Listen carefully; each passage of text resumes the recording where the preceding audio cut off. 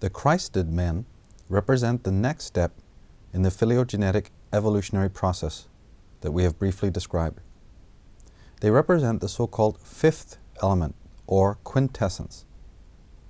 This is why the number 5 is often associated with mastery, progress, and enlightenment. Popes and bishops wear pentagonal headdresses. Jesus had 5 original disciples. He broke the 5 loaves, and so on. In the occult world, the 5-pointed pentagram is often seen. For example, the magician stands within a pentacle, or wears one about his neck. Students of art and architecture will be familiar with the drawings of Vitruvius, Agrippa, and Leonardo da Vinci, depicting the anthropos standing in the shape of a 5-pointed star. These artists were figuratively depicting the future state of consciousness. The establishment technocrats of today's world, as well as other more elusive personages, are obsessed with reaching the 5th dimension. Like the great adepts, they too rightly understand that man's present level of communication is pretty impaired and limited. They too employ the symbol of the pentagram and other symbols which are based on the number 5. They expertly incorporate the number on their literature, logos, and emblems, as well as in the commercials and edifices they fund.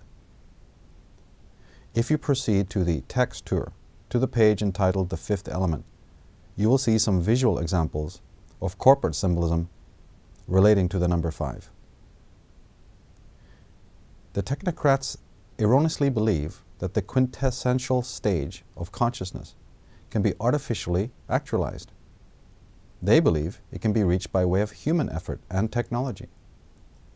Many occultists throughout history have entertained this false notion. The men who fund the sciences truly believe that by way of technology, carbon life forms can progress to the 5th stage. They have established the present technotronic age to further their dubious agendas. They dream of the organic computer and the post-human world.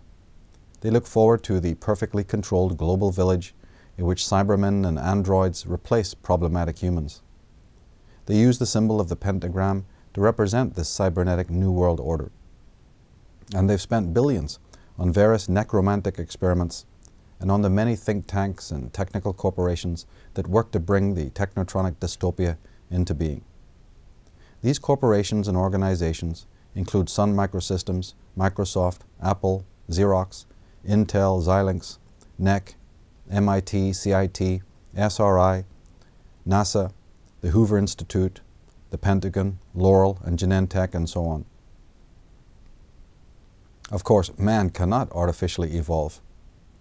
It is the universal intelligence that guides the development and fate of humanity. The ego may continue meddling in technology, but it will not achieve success, because no amount of technical tinkering can induce the 5th stage. All it will achieve is the destruction of the present state of consciousness. A close examination of the state of decay in today's world confirms this point. As the ancient adepts knew, only the hygienic mind can progress to the 5th stage. The hermetic arts of divination that they created assist in the detoxification process and pave the way to the quintessential level. A toxic heart and mind perceive reality in a distorted way. A toxic mind creates a toxic world. It can't perceive holarchy and can't see reality for what it is. The toxic or sociopathic mind sees the world in its own image. The hygienic man is depicted on the first card of the major arcana.